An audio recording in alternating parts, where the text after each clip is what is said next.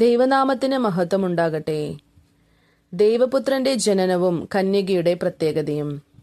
യെശയ്യാവ് 7:14 അതുകൊണ്ട് കർത്താവ് തന്നെ നിങ്ങൾക്ക് ഒരു അടയാളം തരും. കന്യക ഗർഭിണിയായി ഒരു മകനെ പ്രസവിക്കും. അവന് ഇമ്മാനുവേൽ എന്ന് പേർ വിളിക്കും. ഈ തിരുവചനം ദൈവം മനുഷ്യനായി വെളിപ്പെടുന്നതിനെ കാട്ടുന്നു. യെശയ്യാവ് ഇതിനെ പ്രവചനമായി എഴുതപ്പെട്ടിരിക്കുന്നു. കന്യകയിൽ നിന്ന് ദൈവപുത്രൻ പിറക്കുന്നത് ഒരു വിചിത്രമായ കാര്യം. ഉൽപ്പത്തി പുസ്തകം 3:15 ഇത് സ്ത്രീയിൽ വിത്ത് എന്ന് എഴുതിയിരിക്കുന്നു. നിനക്കും സ്ത്രീക്കും നിന്റെ സന്തതിക്കും അവളുടെ സന്തതിക്കും എന്ന്. പാമ്പിനോടും ഹവ്വയോടും ചേർന്നുള്ളതായി സംസാരിച്ചു വരുന്നു. പാമ്പിനും സന്തതിയില്ല, ഹവ്വയ്ക്കും സന്തതിയില്ല. പാമ്പ് എന്നത് വീണുപോയ ദൈവദൂതന്മാരെ കാട്ടുന്നു. ദൂതന്മാർക്ക് വളരുവാനോ പെരുകുവാനോ സാധിക്കില്ല. എന്നാൽ മനുഷ്യർക്ക് ഒരു വളർച്ചയും പെരുക്കവുമുണ്ട്. പുരുഷന്റെ വിത്തിൻ ഫലമായി മനുഷ്യർ പിറക്കുന്നു, എന്നാൽ സ്ത്രീക്കോ വിത്തില്ല. യോഹന്നാൻ എഴുതിയ സുവിശേഷം 1:13 അവർ രക്തത്തിൽ നിന്നല്ല, ജഡത്തിന്റെ ഇഷ്ടത്താലല്ല, പുരുഷന്റെ ഇഷ്ടത്താലുമല്ല, ദൈവത്തിൽ നിന്നത്രേ ജനിച്ചത്. ഇവിടെ പുരുഷന്റെ ഇഷ്ടത്താൽ പിറക്കുന്നതിനെക്കുറിച്ചും ദൈവത്താൽ പിറക്കുന്നതിനെക്കുറിച്ചും യോഹന്നാൻ എഴുതുന്നു. പുരുഷനെ ഞാൻ അറിയായികയാൽ ഇത് എങ്ങനെ സംഭവിക്കുമെന്ന് മറിയയുടെ ചോദ്യത്തിന് ഗബ്രിയേൽ ദൂതൻ ശരിയായ ഉത്തരത്തെയും കൊടുക്കുന്നതായി കാണാം. അതെങ്ങനെയെന്നാൽ ലൂക്കോസ് എഴുതിയ സുവിശേഷം 1:35 പരിശുദ്ധാത്മാവ് നിന്റെ മേൽ വരും, അത്യുന്നതന്റെ ശക്തി നിന്റെ മേൽ നിഴലിടും, ആകയാൽ ഉത്ഭവിക്കുന്ന വിശുദ്ധ പ്രജ ദൈവപുത്രൻ എന്ന് വിളിക്കപ്പെടും എന്ന് ഗബ്രിയേൽ ദൂതൻ പറയുന്നതായി കാണാം. മത്തായി എഴുതിയ സുവിശേഷം 1:18 മറിയ പരിശുദ്ധാത്മാവിനാൽ ഗർഭിണിയായി എന്ന് എഴുതപ്പെട്ടിട്ടുണ്ട്. എന്തായാലും കന്യക ഗർഭം ധരിച്ച് ഒരു പുത്രനെ ജനിപ്പിക്കുന്നത് സ്ത്രീയുടെ വിത്ത് തന്നെ. കന്യകയുടെ വയറ്റിൽ നിന്ന് ദൈവപുത്രൻ വെളിപ്പെടും എന്ന പ്രവചനം ആ കാലഘട്ടത്തിൽ അനേക കന്യകമാർ തങ്ങളിൽ അവൻ വന്ന് ജനിക്കണമെന്ന് കാത്തിരിക്കുന്നതായി ചരിത്രകാരന്മാർ പറഞ്ഞുവരുന്നു. തിരുവചന ബൈബിളിൽ ഇതിന് തെളിവില്ല. ഇവിടെ മറിയ എന്ന കന്യക വിശേഷിച്ചവളാണ്.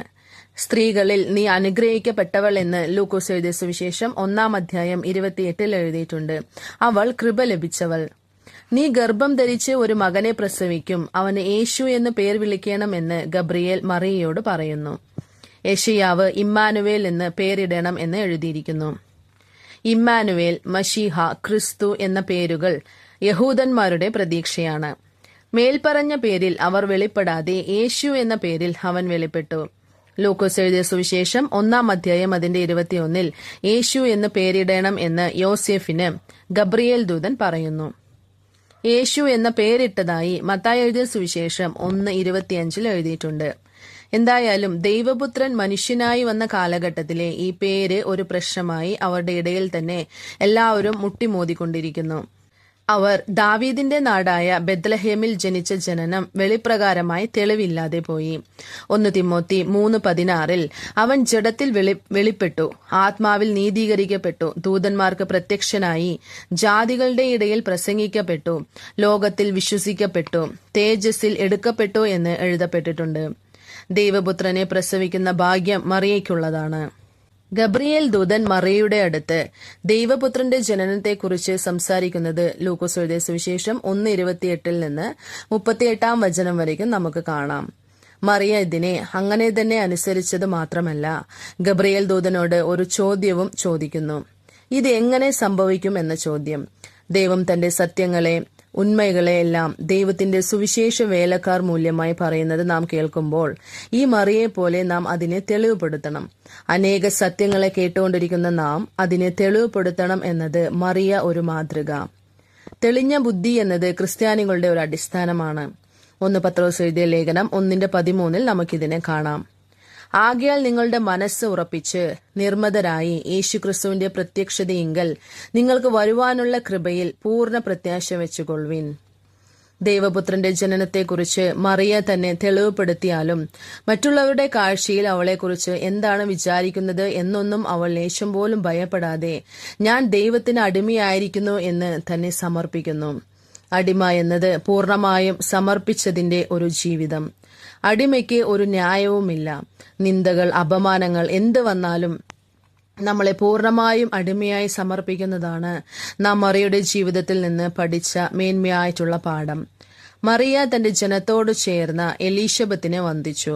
മറിയയുടെ വന്ദനം എലീശബത്ത് കേട്ടപ്പോൾ പിള്ള അവളുടെ ഗർഭത്തിൽ തുള്ളി.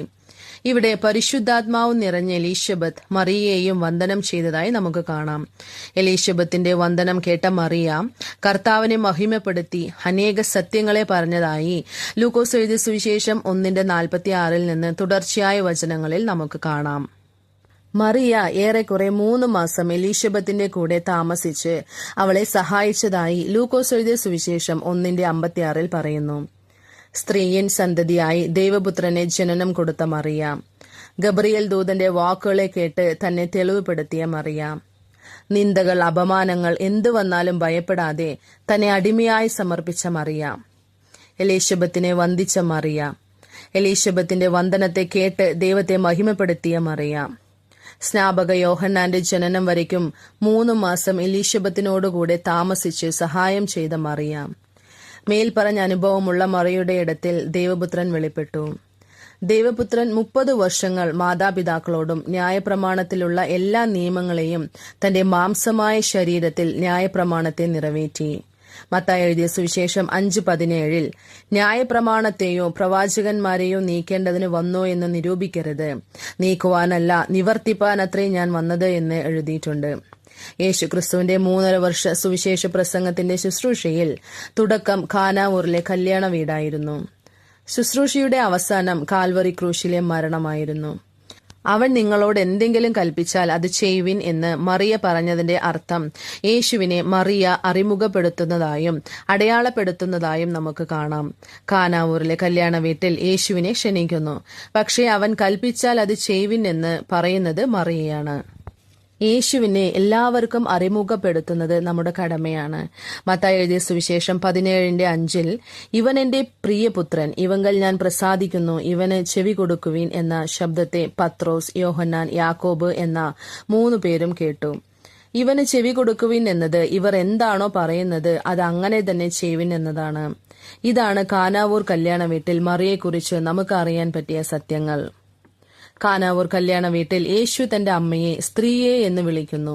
ക്രൂശിലെ മരണത്തിലും തന്റെ അമ്മയെ സ്ത്രീയെ എന്ന് വിളിക്കുന്നു. അബ്രഹാമിന്റെ പുത്രനായ ദാവീദിന്റെ പുത്രനായ യേശുക്രിസ്തുവിന്റെ വംശാവലി എന്ന് മത്തായി എഴുതിയ സുവിശേഷം 1:1 എഴുതിയിട്ടുണ്ട്. ഇവിടെ തന്റെ അമ്മയെ സ്ത്രീയെ എന്ന് പറയുന്നത് വംശാവലി ഇല്ലാത്തിടത്തിൽ അവൻ തമ്മെ വെളിപ്പെടുത്തുന്നു. എബ്രായർ 7:3 അവന് പിതാവില്ല, മാതാവില്ല, വംശാവലിയില്ല, ജീവാരംഭവും ജീവാവസാനവുമില്ല, അവൻ ദൈവപുത്രന് തുല്യനായി എന്നേക്കും പുരോഹിതനായിരിക്കുന്നു. ഈ വചനം മൽക്കിസദേക്ക് എന്ന പരിശുദ്ധാത്മാവിനെ കാട്ടും. അവൻ പുരോഹിതനാണ്. ഉൽപ്പത്തി 14:18 അത്യുന്നതനായ ദൈവത്തിന്റെ പുരോഹിതനായിരുന്നു. ക്രിസ്തു ന്യായപ്രമാണത്തിന്റെ അവസാനമായിരിക്കയാൽ ലേവ്യ പൗരോഹിത്യത്തിന്റെ ക്രമം നിർത്തലാക്കി മൽക്കിസദേക്കിന്റെ ക്രമപ്രകാരമുള്ള പൗരോഹിത്യം തുടങ്ങുന്നു. എബ്രായർ 7:11 പ്രകാരം ലേവ്യ പൗരോഹിത്യത്താൽ സമ്പൂർണത വന്നെങ്കിൽ അതിൻ കീഴല്ലോ ജനം ന്യായപ്രമാണം പ്രാപിച്ചത്. അഹരോന്റെ ക്രമപ്രകാരം എന്ന് പറയാതെ മൽക്കിസദേക്കിന്റെ ക്രമപ്രകാരം വേറൊരു പുരോഹിതൻ വരുവാൻ എന്തൊരാവശ്യം? ഈ തിരുവചനത്തിൽ ലേവ്യ പൗരോഹിത്യ ക്രമപ്രകാരം മൽക്കിസദേക്കിന്റെ ക്രമപ്രകാരമുള്ള പുരോഹിതൻ തുടങ്ങുന്നതായി നമുക്ക് കാണാം. തുടർന്നുള്ള വചനങ്ങളിൽ മൽക്കിസദേക്കിന്റെ ക്രമപ്രകാരമുള്ള പുരോഹിതനായി യേശു വെളിപ്പെട്ടു എന്ന് നമുക്ക് കാണാൻ പറ്റും. സങ്കീർത്തനം 110 ആദ്യത്തെ 4 വചനങ്ങളിൽ യേശു മൽക്കിസദേക്കിന്റെ ക്രമപ്രകാരമുള്ള പുരോഹിതൻ എന്ന് ദാവീദ് പ്രവചനമായി പറഞ്ഞിരിക്കുന്നു. യേശുക്രിസ്തുവിന്റെ ജനനത്തിൽ വംശാവലി എന്ന് എഴുതിയാലും അവരുടെ ശുശ്രൂഷയിൽ വംശാവലി ഇല്ലാത്ത സ്ഥാനത്തിലെ തന്നെ വെളിപ്പെടുത്തുന്നു. യെശയ്യാവ് 53:8 ജീവനുള്ളവരുടെ ദേശത്ത് നിന്ന് അവൻ ഛേദിക്കപ്പെട്ടു എന്നും എന്റെ ജനത്തിന്റെ അതിക്രമം നിമിത്തം അവന് ദണ്ഡനം വന്നു എന്നും അവന്റെ തലമുറയിൽ ആർ വിചാരിച്ചു. യോഹന്നാൻ എഴുതിയ സുവിശേഷം 19:26-27 വചനങ്ങളിൽ യേശു തന്റെ അമ്മയും താൻ സ്നേഹിച്ച ശിഷ്യനും നിൽക്കുന്നത് കണ്ടിട്ട്, സ്ത്രീയെ ഇതാ നിന്റെ മകൻ എന്ന് അമ്മയോട് പറഞ്ഞു. പിന്നെ ശിഷ്യനോട് ഇതാ നിന്റെ അമ്മ എന്നും പറഞ്ഞു. ആ നാഴിക മുതൽ ആ ശിഷ്യൻ അവളെ തന്റെ വീട്ടിൽ കൈക്കൊണ്ടു. യേശുക്രിസ്തുവിന്റെ ഉയർത്തെഴുന്നേൽപ്പിന് ശേഷം അപ്പോസ്തലപ്രവൃത്തി 1:14 പ്രകാരം യെരൂശലേമിന്റെ മാളിക മുറിയിൽ 120 പേർ കാത്തിരുന്നവരോടുകൂടെ മറിയയെയും നമുക്ക് കാണാം. അവിടെ ഇവരെല്ലാവരും സ്ത്രീകളോടും യേശുവിന്റെ അമ്മ മറിയയോടും അവന്റെ സഹോദരന്മാരോടുകൂടെ ഒരുമനപ്പെട്ട് പ്രാർത്ഥന കഴിച്ചു പോന്നു. 120 പേരോടുകൂടെ മറിയ പരിശുദ്ധാത്മാവിനെ പ്രാപിച്ചതായി കാണാം. പരിശുദ്ധാത്മാവിനാലെ ഗർഭം ധരിച്ച് യേശുവിനെ പ്രസവിച്ചതു മാത്രമല്ല, പെന്തക്കോസ്തു നാളിൽ 120 പേരോടുകൂടെ പരിശുദ്ധാത്മാവിനെ മറിയ പ്രാപിച്ചവളായും കാണുന്നു. പെന്തക്കോസ്ത് ക്രമത്തിലെ പുതിയ നിയമസഭയിലെ ആദ്യ അപ്പോസ്തലന്മാരുടെ നടുവിൽ യേശുവിന്റെ അമ്മയായ മറിയയ്ക്ക് എല്ലാവരും ബഹുമാനം കൊടുത്തതായും കാണുന്നു. യോഹന്നാൻ അപ്പോസ്തലൻ യേശുവിന്റെ അമ്മ മറിയയെ അവസാനം വരെ തന്നോടുകൂടെ വെച്ചതായി അറിയാമല്ലോ. അവസാന കാലത്തിലും എഫസോസ് എന്ന തുർക്കി നാട്ടിൽ യോഹന്നാൻ അപ്പോസ്തലനോട് ഇരുന്നു തന്റെ ജീവിതം അവസാനിച്ചതായി ചരിത്രത്തിൽ പറയുന്നു. നാം കേട്ടുകൊണ്ടിരിക്കുന്നത് യേശുവിന്റെ അമ്മയായ മറിയയെപ്പറ്റിയുള്ള സത്യങ്ങൾ. യേശുവിനെ പ്രസവിച്ച ഭാഗ്യം മാത്രമല്ല, പെന്തക്കോസ്തു ഭാഗ്യത്തെയും അവൾ പ്രാപിച്ചു. മണവാളനായ യേശുവിനെ അവർ മണവാട്ടി എന്ന സ്ഥാനത്തിൽ കാണുന്നത് നിശ്ചയം. കർത്താവ് നിങ്ങളെ അനുഗ്രഹിക്കുമാറാകട്ടെ. ആമേൻ.